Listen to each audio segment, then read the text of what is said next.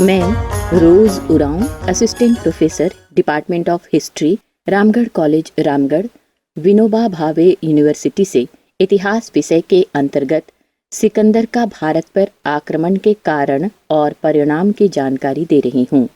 भारत को समय समय पर विदेशी आक्रमणों का सामना करना पड़ा था।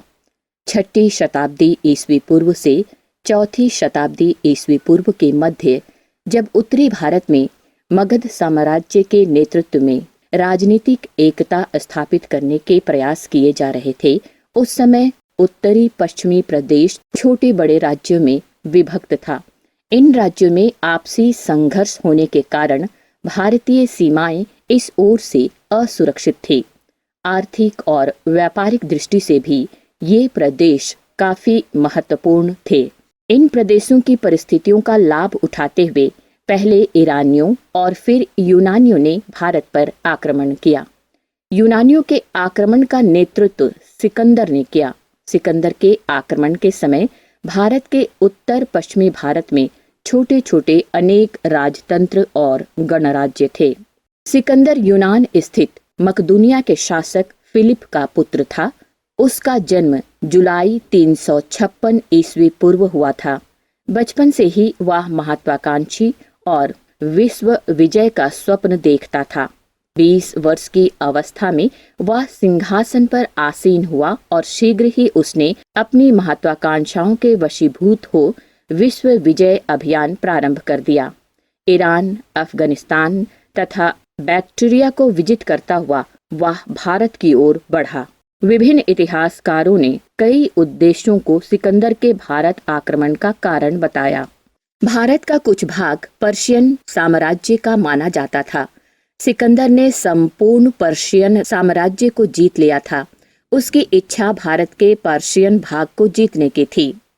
भारत की धन संपत्ति की लालसा ने भी उसे भारत पर आक्रमण करने की प्रेरणा दी थी तथा तक्षशिला के शासक ने उसे पोरस के विरुद्ध अपनी सहायता के लिए निमंत्रण दिया था।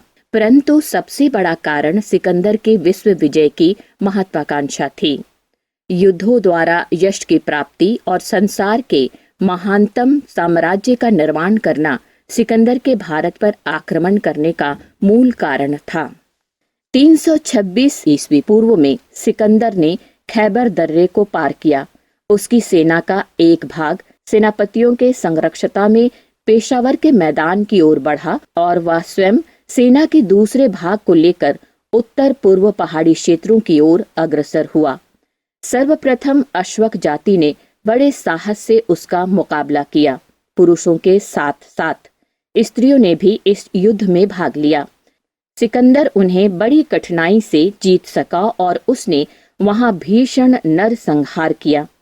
इसके पश्चात निसा के पहाड़ी राज्य ने सिकंदर के सामने आत्मसमर्पण कर दिया। मस्सग पर भी सिकंदर ने विजय हासिल की।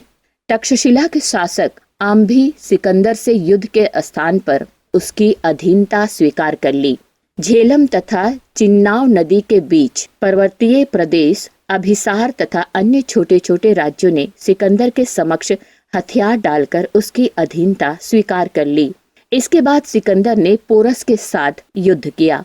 पोरस चिनाव तथा झेलम नदियों के मध्यवर्ती प्रदेश का शासक था। सिकंदर को इस वीर शासक को परास्त करने में सर्वाधिक शक्ति और बुद्धि का प्रयोग करना पड़ा। पोरस ने सिकंदर के आत्मसमर्पण करने के संदेश को ठुकरा दिया। परिणाम स्वरूप दोनों के बीच घमासान युद्ध हुआ। यद्यपि पोरस की सेना वीरता पूर्वक लड़ी किंतु पराजित हुई।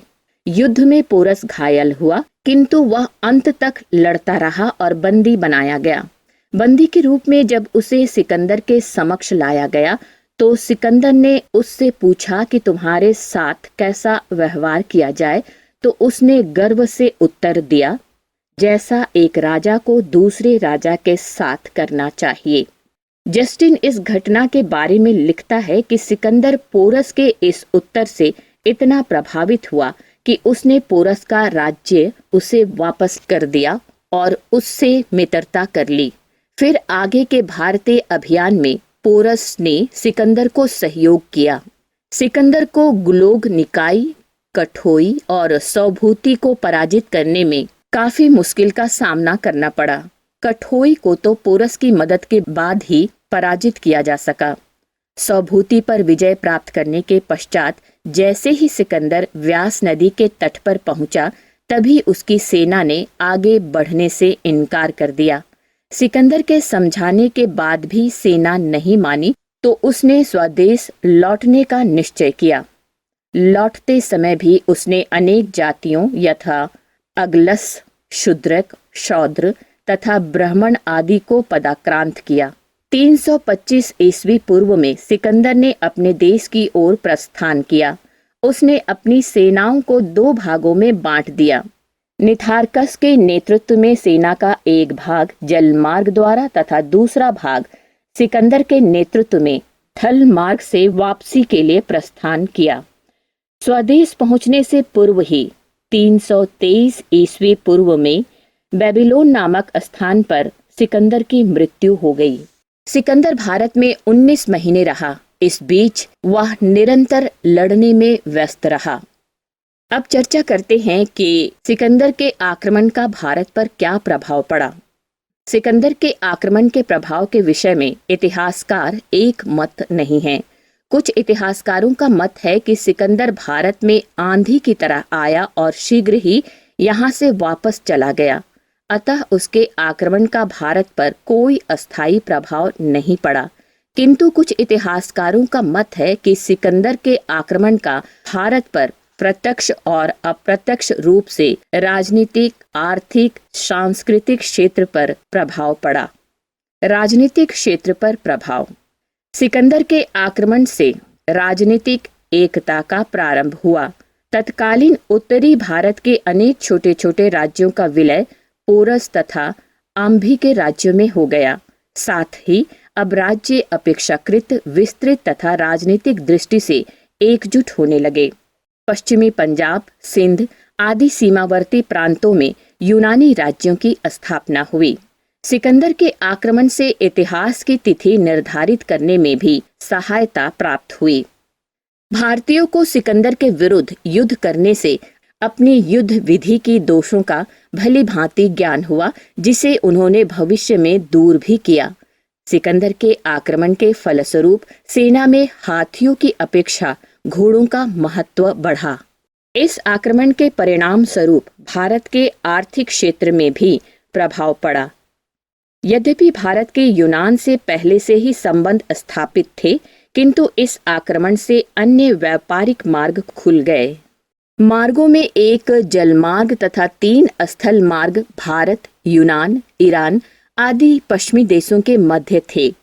काबुल, बलूचिस्तान में सुल्तान दर्रा तथा जोड्रोसिया से होकर जाने वाला स्थल मार्ग भविष्य में व्यापारिक दृष्टि से अत्यधिक उपयोगी सिद्ध हुआ। भारत और यूनान के मध्य व्यापारिक संबंध घनिष्ठ हुए। भारत से गर्म मसाले, हाथी दांत आदि वस्तुओं का निर्यात तथा यूनान से दवाओं का आयात होने लगा। भारतीय मुद्रा भी यूनानी शैली से प्रभावित हुई।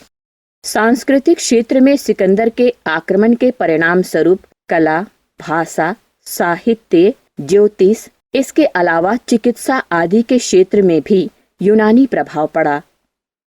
भारत एवं यूनानी कला के सम्मिश्रण से गंधार कला शैली का विकास हुआ। भाषा, साहित्य एवं वेशभूषा पर भी यूनानी प्रभाव पड़ा। यद्यपि भारतीय ज्योतिष विद्या में पहले से ही काफी उन्नति कर चुके थे, किंतु फिर भी भारतीयों ने राशि चक्र के विषय में बहुत कुछ सीखा।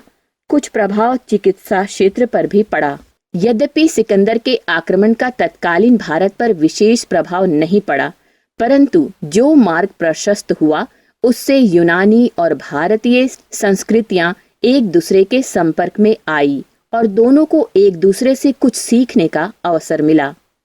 इस प्रकार सिकंदर के भारत पर आक्रमण का प्रत्यक्ष व अप्रत्यक्ष रूप से राजनीतिक, आर्थिक, सांस्कृतिक क्षेत्र में आंशिक रूप से प्रभाव पड़ा। आज के लेक्चर में बस इतना ही। मुझे विश्वास है आप अपने घरों में खूब मन लगाकर पढ़ाई कर रहे होंगे। अगले क्लास में फिर मुलाकात होगी। घर में रहें, मास्क, सैनिटाइजर का उपयोग करें सोशल डिस्टेंसिंग का पालन कर स्वस्थ और सुरक्षित रहें। धन्यवाद।